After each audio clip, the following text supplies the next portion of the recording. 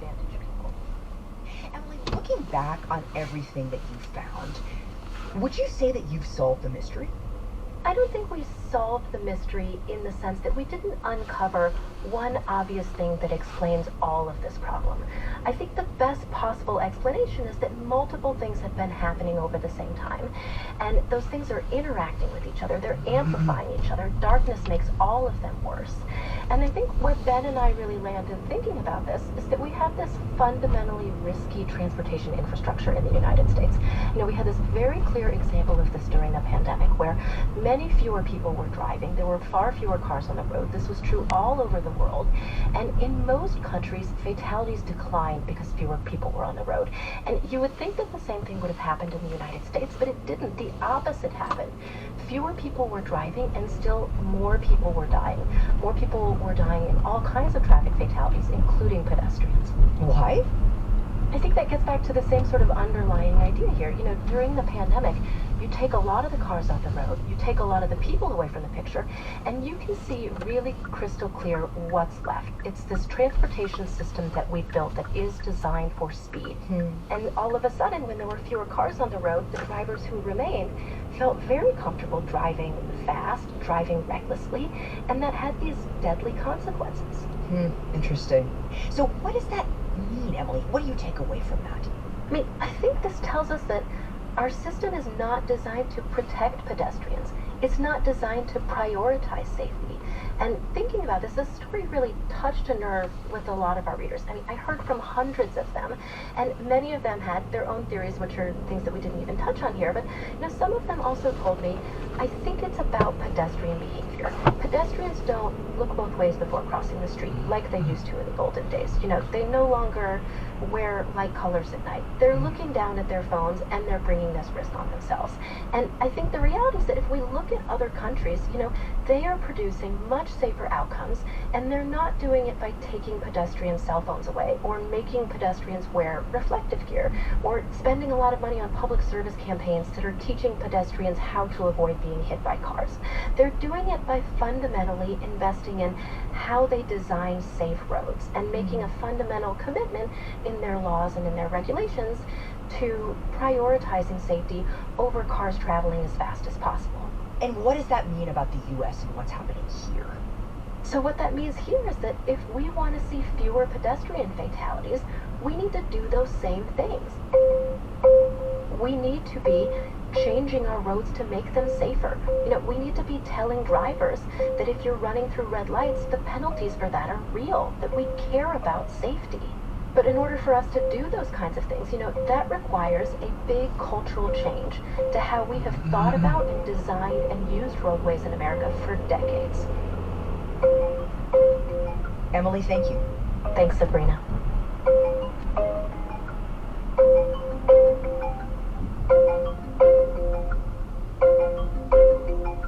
We'll be right back. Here's what else you should know today.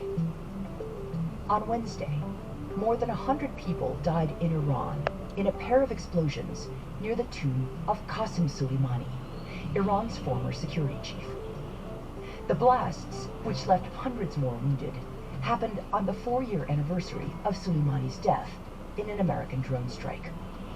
Iran's supreme leader, Ayatollah Ali Khamenei, issued a statement blaming the attack on Iran's, quote, malicious and criminal enemies, but stopped short of naming any group or country.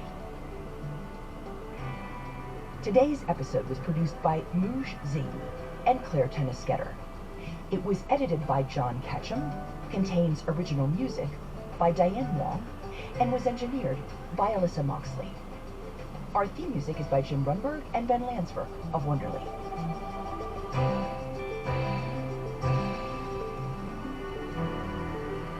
That's it for the Daily. I'm Sabrina Tavernise. See you tomorrow.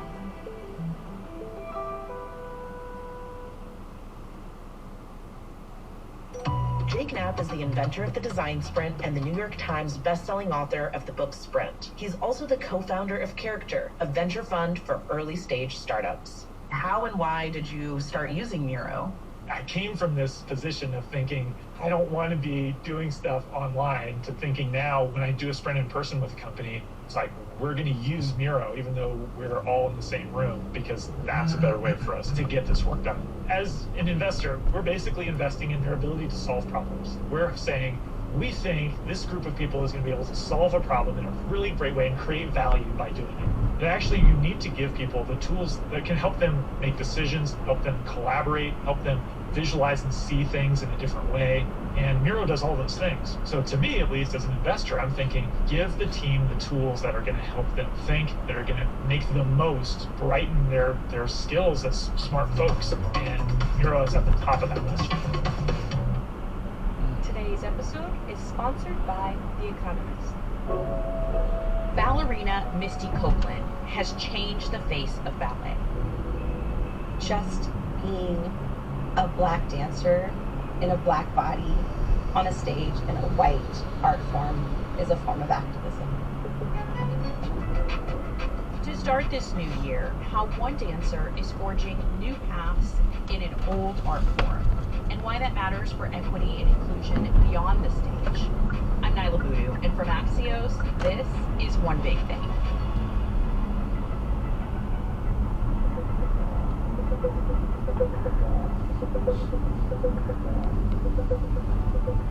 Misty Copeland is the rare ballerina who's recognizable well beyond the world of ballet. In 2015, she became the first black woman to reach the title of principal dancer with the prestigious American Ballet Theater. But well before that, she had gained attention not only for her artistry and technique, but also for her story. As a child who went from living in poverty in a motel in California and who had a late start to ballet at age 13 to its highest ranks.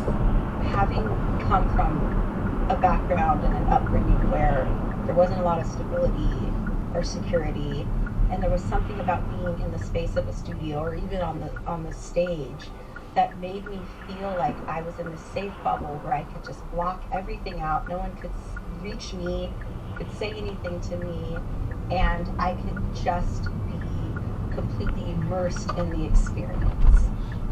Throughout her career, Misty has spoken about being one of the few black dancers on the professional stage, and why early and equal access to the arts was so important. And she's been working to get more people into ballet, including through a foundation that aims to improve diversity, equity, and inclusion in dance, especially ballet. Today, there are more black professional ballet dancers than when Misty joined American Ballet Theater, and the art form is making slow strides away from its uniform white past. I spoke to her this week about her leadership in and outside of ballet, and why art matters for everyone. Misty Copeland is a principal dancer with American Ballet Theater, and she's also the founder of the Misty Copeland Foundation and author of several books, most recently, The Wind at My Back. Welcome to Axios' One Big Thing, Misty. Thank you so much for having me. So you went viral on TikTok recently with a video explaining how you paint your point shoes with foundation to match your skin tone. I just get a sponge and I go with the grain of the satin so it really covers the entire shoe without any swatching. I have ruined so many pillows and couches and clothing because of this foundation getting all over it. It's really tedious and time consuming, especially the ribbons and elastics. This is something many black dancers have long done. Is this something you've had to do for your entire career? Yeah, I think it's so important to give people context, when it comes to ballet history, the fact that ballet was created for white European people, but ballet has since been brought to America, and we live in a very diverse cultural atmosphere, and because of all of that, I think it's important for us to really acknowledge these, they seem small and insignificant, but these almost microaggressions. You think about, the first thing you get when you go into a ballet studio, into a class as a young dancer at 3 years old, at 7 years old, is you get your European pink ballet slippers and you get your European pink tights. And to me, if that is not the first introduction and way to say you don't belong in this space, because this is a representation of your line, of your skin color. You know, we work in the studio to create this through line to make ourselves look elongated and strong. And as black and brown dancers, from day one, we don't feel that way. And it's become a practice amongst black and brown dancers for as long as, I think we've been around and doing ballet, because we want to have that same aesthetic and that same beautiful, long, lean line.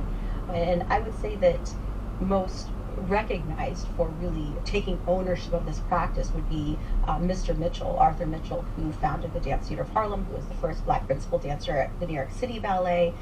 Really, made black dancers feel seen, and that like you can be a part of this career and this world, when he had his whole company in black and brown flesh tone tights and point shoes and ballet slippers. That really, I think, changed the culture in terms of black people feeling like, oh, we can be a part of this. And we should say in the last few years, more point shoe manufacturers are making, or say they're planning to make, their shoes in a wider range of colors. But there's also the idea that it's not just color, it's also about body type, right? It was really interesting to me in preparing for this interview to learn that expecting ballet dancers to be hyper thin and not overly muscular wasn't such a common thing before the choreographer George Balanchine. And I wonder, did you know about the history of ballet bodies when you first started dancing? I did. I had an incredible teacher, Cynthia Bradley, who was very thoughtful and intentional about the companies that she was showing me. I remember her telling me about this saying that George Balanchine had, that in his eyes, the ballerina should be the complexion of a freshly peeled apple. And, so these things were already kind of in my mind, but she celebrated me and who I was. And, and it was the first time I ever felt beautiful and accepted and seen in my life. So I always felt as a young person that ballet was for me, and that I was meant to be doing this. It wasn't until I was kind of thrust out into the wider world and in the ballet world, and had this kind of hard, cold truth that, I was the only black woman in the company at American Ballet Theater when I joined, and that would go on for the first 10 years of my career. And really just started to find mentors and do research on my own and start to understand that there have been so many black dancers before me, and successful black dancers that just aren't part of our history, aren't acknowledged or documented in history books, and that have had a variety of body types. I think George Balanchine definitely created a new standard in ballet, and I think was very influenced by pop culture, by American culture, by what models looked like in that time in the 60s and in the 70s, and it was a direct, reflection of what he had created in the New York City Ballet, but it kind of trickled down into the rest of the ballet world and started to become the norm. And then that was picked up in pop culture and became, that this is what an ideal ballerina should look like. But I think we're at a place now where people are so educated and well-read when it comes to how to take care of our bodies, health-wise, the cross-training that we need to do, what we are putting into our bodies to fuel it, because we're athletes, our bodies are instruments. And so I think we have a different understanding, and therefore it's reflected in the way our bodies look today as dancers. There aren't really companies that just do classical ballets anymore. They do a variety of works, modern, contemporary, and when you do that type of athletic work, your body's going to change and adapt to the exercises and the choreography that we're doing. So I feel like we've come a long way. It's not about these things that just don't matter, the length of between your ankle and your knee, or these crazy things, these like measurements, the size of your head, but that it's how you interpret this incredible ageless technique of ballet. So Misty, you've branched out in many directions in your career, including through your production company, which last year debuted a short film, Flower, which you also star in. The film spotlights the issue of housing in the Bay Area. Why did you want to pick this for your first film project? You know, first of all, I think that when I decided to start the production company, it was with my best friend. Her name is Layla Fayaz. She was a ballerina at American Ballet Theater. She's Persian, Lebanese, Cuban, comes from a similar background to me, where I think that we both came into the ballet community not completely feeling like, oh, this is a place that, we see people like us represented. And so we bonded immediately. Layla then left the company and went on to go back to school and has worked in television as a writer-producer for the last 18 years. And so we came together maybe 6 or 7 years ago and created the production company, really with this idea of kind of carrying on my mission of what I've been doing throughout my career. How do we make ballet inclusive and accessible and not feel like it's only for upper-class white people? And what better way to bring access and visibility to the art form than through television, film. So that was really, why we wanted to start the production company. And when it comes to the film, all right, working late again. Gonna pick up some Subway and then be back here.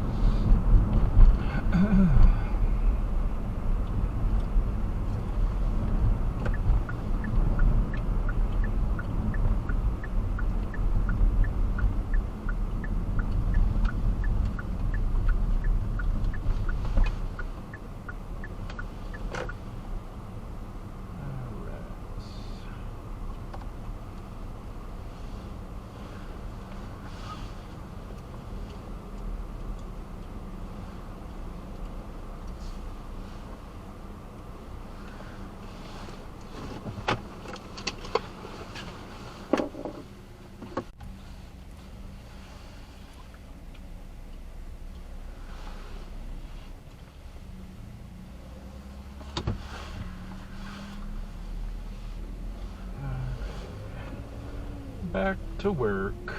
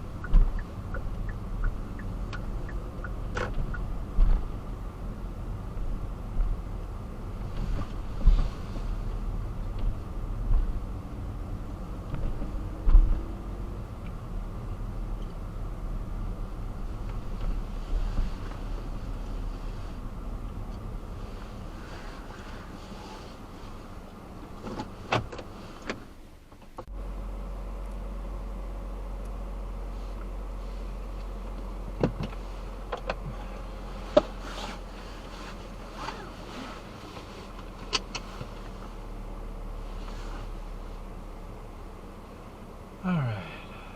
Well, I guess I could do grocery. Oh, what to do?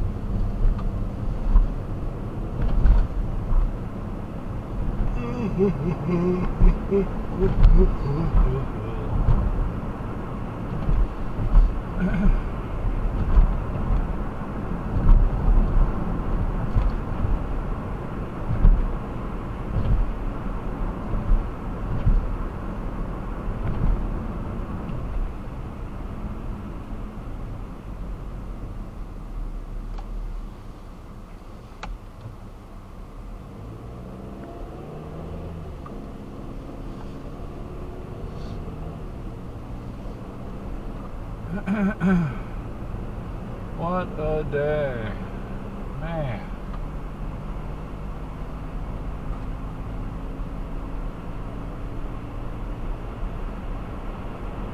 I'm really debating if I should go into work tomorrow. Part of me says yes, you know, catch up, all that. At least do a half day or something.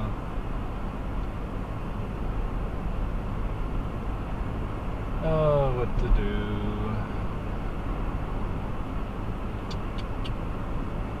And the other half of me is like, screw it.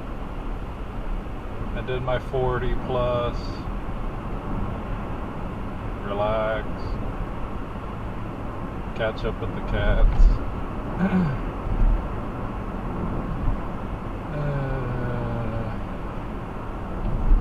But my workaholic side wants to go in.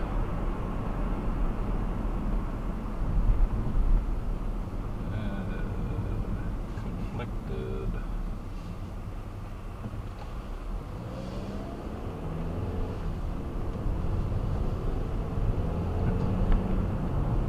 What to do?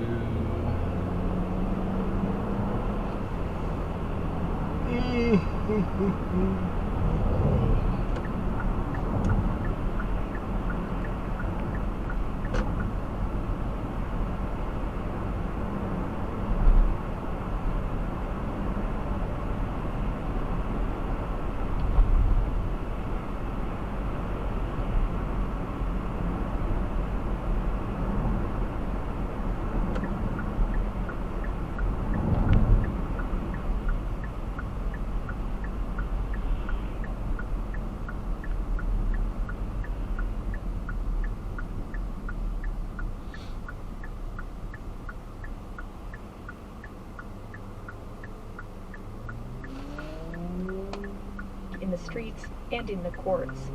For NPR News, I'm Vanessa Rancaño. Largely good news for would-be home buyers in the form of continued lower mortgage interest rates. Mortgage buyer Freddie Mac says the average rate on a 30-year loan remained mostly unchanged at 6.62%. You're listening to NPR News. The 90-second naturalist. Hi there, I'm Thane Maynard.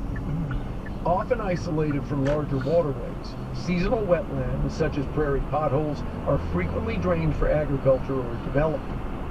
But according to a recent study in Environmental Research Letters, such wetlands are pollution-catching powerhouses, twice as effective at protecting downstream rivers and lakes from nitrogen, phosphorus, and other contaminants as wetlands connected to larger water bodies. To reach that conclusion, environmental engineers at Canada's University of Waterloo combined computer modeling with 30 years of satellite imagery to calculate pollution retention. They then measured water levels at different times of year in 3,700 wetlands nationwide. Being disconnected can be better because the wetlands are catching the pollutants and retaining them, as opposed to leaking them back into streams. Draining wetlands also destroys wildlife habitat and increases risks of flood, drought, and other impacts of climate change. This is even true for seasonal or temporary wetlands or potholes. So protect any wetlands that you can. The 90-Second Naturalist is a production of Cincinnati Public Radio and the Cincinnati Zoo, with support from Cincinnati Public Radio members to spread the good news of the natural world. What can you expect to hear on the next thrilling episode of You Bet Your Garden? Your fabulous phone calls, of course, horrifying mispronunciations of basic horticultural terms, and a question of the week I haven't figured out yet. I'm your host, Mike McGrath. Join me for fun, frivolity, and more on the next You Bet Your Garden. Sunday morning at 7, 91.7 WXU, 88.5 WRV.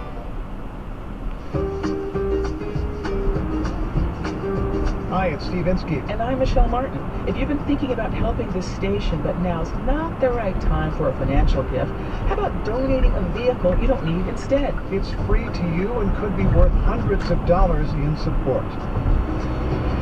To donate your fund, go to WPBS2.org under Ways to Give.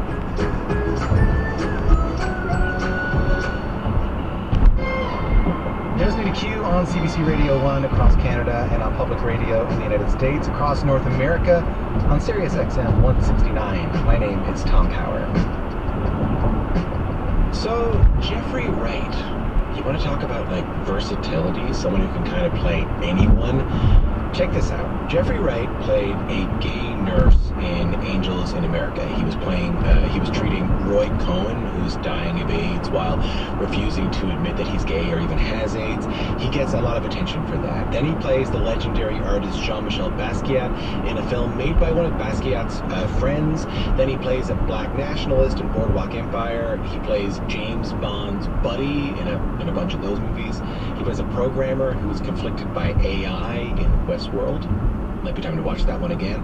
But the conversation you're about to hear today is, with a true actor, like an actor's actor. I gotta do a little bit of work here to let you know what his new movie is about, because as much as I really loved it and I found it really thought-provoking, I had a hard time describing it to people afterwards. I sort of say that to Jeffrey, and he helps me out. I'll just tell you now that the movie is called American Fiction. Jeffrey plays a frustrated and underappreciated writer named Thelonious or Monk Ellison. His books have not been selling. His mom needs to be put in a care home, which is incredibly expensive. He sees this trend of black authors sort of writing black narratives for white audiences to call brave and gritty, which leads to him writing his own book. And anyway, I'll let Jeffrey explain. With all that said, why did Jeffrey say this character felt the most like him? What does he want you, if you're struggling to take care of your aging parents, what does he want you to think about in this movie? And right before this conversation, news came out that Jeffrey was nominated for the Golden Globe for Best Performance by an Actor. So for like a real actor's actor, do these nominations or awards even matter? Here's my conversation with Jeffrey Wright. It's kind of an odd aspect in some ways of what we do. All of a sudden we become competitors to fellow artists, and it's strange, and it's kind of the shiny stuff that glitters around our work. When I'm on set, if there are any thoughts about such things that kind of filter into my head, I immediately have a series of buttons that I press to delete all of it, because it's completely distracting from the core thing, which is obviously the story that we're telling, and the way we're going about doing that. So obviously now, if we're getting this type of attention, it means that the film is being well received. It also means we're getting a lot of support from the studio, which is nice. MGM, Orion, Amazon are excited about it, and so it's better than the alternative. There's no interest, and there's no support. So, given the two, we'll take this. And I suppose if they have to hand these things out, then sure, we'll take them. But really, I'm more proud of the film that we made, and that people are taking it in, and and finding a bit of themselves inside of it and enjoying it. So, well, let's talk a little bit. I usually in the introduction to these interviews try to summarize the plot as best I can, but I didn't in this case because I feel like there's so much to the film and I kind of wanted to hear it from you. But I will say that your character is feeling conflicted, frustrated, and perhaps underappreciated in his career and in the dynamics within his family. Tell us a little bit about what's at the heart of Monk's frustration. Well, Monk is an academic and a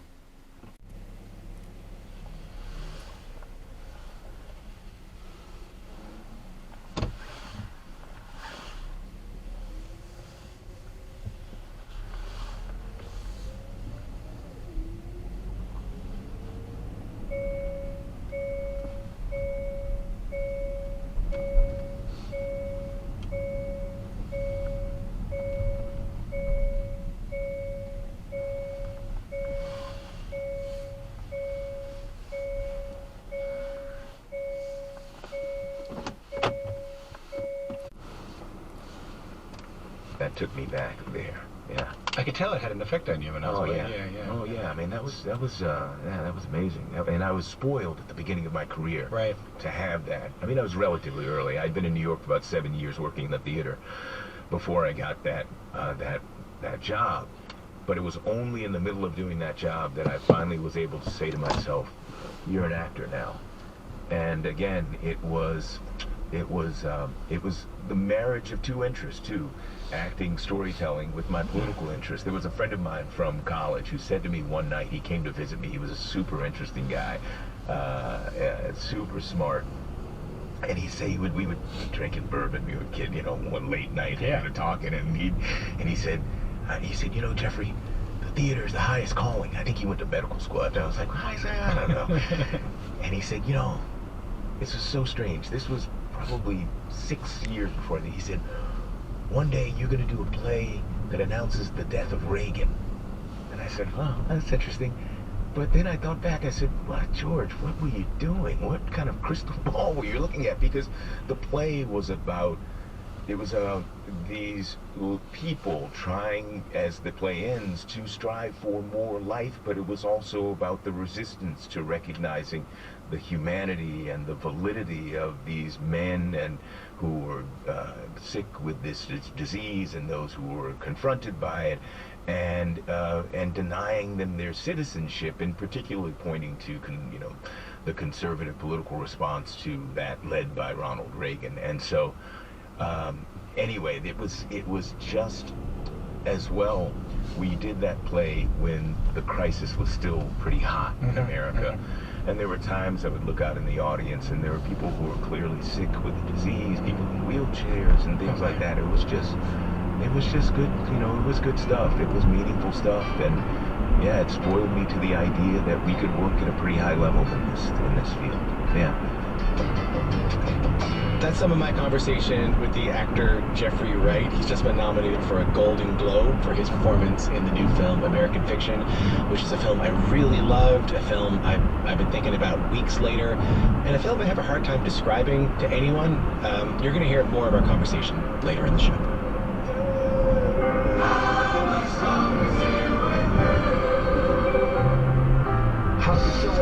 The party, yes, we the tardiest. Never good at chronology, I measure time and memory. Where was you when the towers fell? I was 7, sitting at home. Auntie busted the door in a frenzy, fixing home and shack, yelling at moms in the kitchen. I pretend I wasn't listening, but still paying attention. Life is a gift and God wills it different. Inshallah, we don't face the world with a stick. Where were you when you first held a gun? I was 5, playing hide and seek in my parents' room. When I in the bed, the perfect spot for me to hide. Dark brown my eyes and he handled on my hand like camouflage. What was you when Michael died? I was 15. The singer I idolized, immortalized in my mind. Living with my cousins in a foreign land. Sitting in the living room, wishing my spinning move could hang. My nose used to look like his. Maybe God's a magician and we look like twins. Maybe one day we taking off the runway and floating with the sun rays around. Though my tongue weighs me down. My mind roaming cause I'm fly homie. In and out of states, I done spend way too much time talking. I try to look up to the skies with my eyes open, but I'm blindfolded by the lies that they all told me.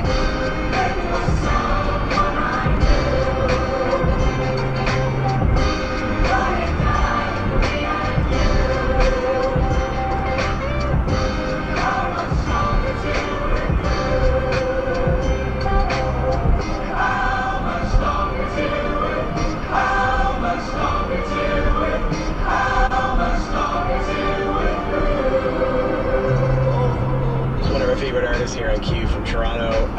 Man, we've been playing his music for a really long time. That's Toby. New music from him. It's called Someone I Knew here on Q. Coming up, more of my conversation with the actor Jeffrey Wright. You'll hear him talk about his time playing the legendary painter Jean-Michel Basquiat. Even if you're not a visual art kind of person, stick around for some great stories about hanging out on set with David Bowie.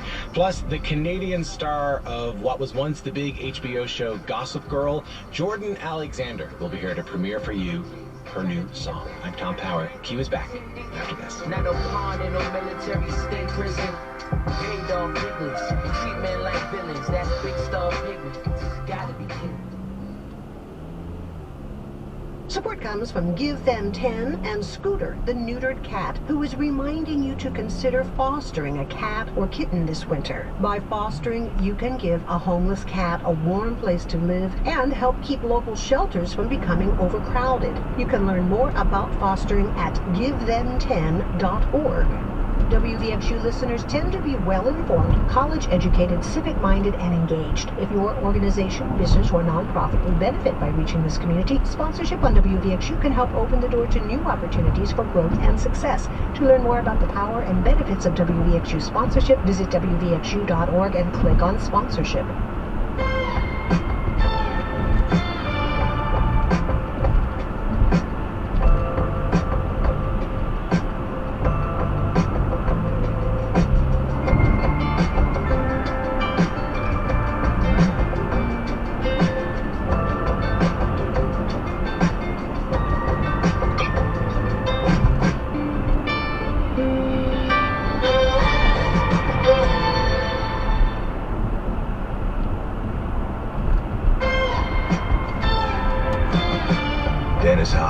Chris Walken and Gary Oldman and Willem Dafoe, all of them were like, they were like, I wanted to work like those guys, particularly Gary Oldman as an actor. It wasn't a bad way to start out as a lead in a film. So it was pretty cool. I'm Tom Power. You're listening to Q. You're in the middle of my conversation with the actor Jeffrey Wright. Just to catch you up, the film he's talking about there in that clip was the film that's sort of considered his breakout role. Jeffrey is one of the most respected actors anywhere right now, but that all kind of started when he played the late painter Jean-Michel Basquiat, the incredibly important and influential black artist who died when he was just 27. Jeffrey played him in the 1996 film Basquiat. Jean-Michel's work has gone on to become some of the most highly valued art at auction anywhere, and Jeffrey and I talk a little bit about that. I should mention the first part of our conversation is all about Jeffrey's role in the really thought-provoking, great, and messy film American Fiction. But here in this part of our conversation, we were talking about Basquiat. In my research, I found this quote where Jeffrey said back then that he felt a kinship with Jean-Michel. I asked him what he meant by that. Well, he was a young, creative guy. He was on the Lower East Side of Manhattan. He was from Brooklyn, but was doing a lot of work living on the Lower East Side and downtown Manhattan.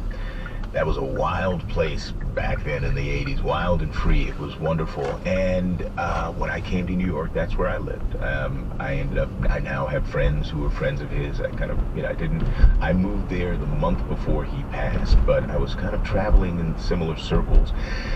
And as well, so I understood that part of it. And as well, as an artist, he was drawing from a similar reservoir, I think, that I draw from in terms of, if you look at his work, his references to American history through the lens of black folks, his homages to people like Muhammad Ali, Miles Davis, the undiscovered genius of the Mississippi Delta. Those are all people and forces that are very close to me that I draw from as well. I just got him. I got his language, his visual language, and his poetic language, which is really beautiful. And so, I felt a kinship with him.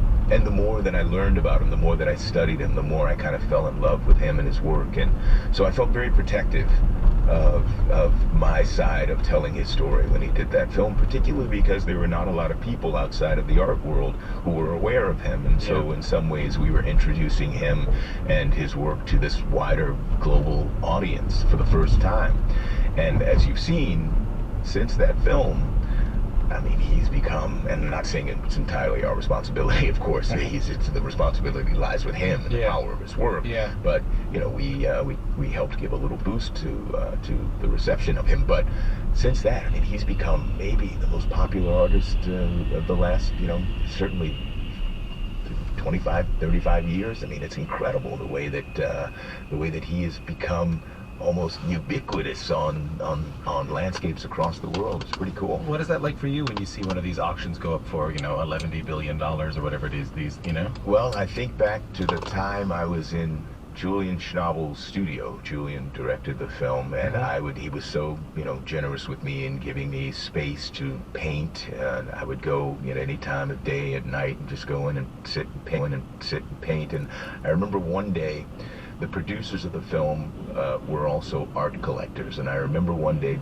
several days being in the studio, surrounded by about 24 Basquiats that they had freshly purchased, because they had a sense that maybe the value was going to increase, and I would use them as references for canvases that I was working on, and I would try to take a bit of this, you know, an image from here and place it here and try to create my own Frankensteinian Basquiat. Okay. But it was a way of training myself to be a painter. You'd actually try to make the art yourself. Yeah. Oh, yeah. This was I spent a good probably 6 months just painting so that I would feel at ease when we had to do it on camera. So I'm sure you were thinking, I should have asked him.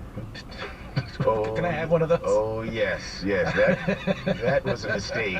That was a mistake, you know, made by, you know, youthful, you know, enthusiasm just to be there. I did get a Schnabel as a part of my pay. Yeah. But yeah, that Basquiat is still out there somewhere. Waiting for you. Just waiting. Did you get to hang with David Bowie when you were making that? Oh yeah, man. What was he like? Oh man, he was the best. Yeah? Yeah. Super cool, super generous. The first time I met him, actually, I was in the studio, and I was there painting. It was an afternoon, and I remember the door opens, and in walks David Bowie. I knew he was going to be playing Warhol, but in he walks, and I'm kind of on my knees painting on this camera, and he walks by, and he just kind of squats down next to me, and he says, do you mind if I watch? And I said, well, I think I'm gonna have to get used to it. And we had a laugh, and that was the beginning of it. And from that point on, yeah, man, he was just so cool. Bruno called. He said that people in Europe are saying you're burning your candle at both ends. Well, I think it's awful that people are talking like that. I think you should, like, I don't know, stick around, prove them wrong. No one thought I could make it in the first place, you know? And then what happened is, yeah, but they'll never keep it up. And now they say I'm killing myself, stuff like this. But they don't want to clean up. Then they say, well, look, his art's dead. He had meant so much to me, obviously, as, you know, more so as an artist, as a musician, of course. I mean, there were times in my life where David Bowie songs were the soundtrack, and, you know, and he was just, but he was so funny, so open, I heard he was so very supportive. Funny. Yeah, man. And yeah, and then I would see him after we finished filming, and he just was, you know, ever gracious and generous, and went, you know, yeah. We were in the hair and makeup trailer one day. Yeah. And David comes in. Gary Oldman is there. David comes in and he says, "Hey, you know, I'm not going to do an accent because I'll portray sound ridiculous." He said, "Hey, you want to hear some music?" I'm like, yeah, sure, David. He pulls out a cassette. I think we were still listening to cassettes at that time, yeah. And he plugs it in, and it's his new album. No. That has not been released. An album called Outside. Yeah. And we're listening to this thing, and with David, and there's a guitarist named Reeves Gabrels who plays lead on this thing. And David's listening, and he's air guitaring to this song, and I'm sitting there going, wow, and it's the most badass album. And some of the music is in the film, because it was really, in some ways, so weirdly autobiographical, too, or biographical as relates to Basquiat's life. The theme of this guy, and there's this song, "Poor soul, he never knew what hit him."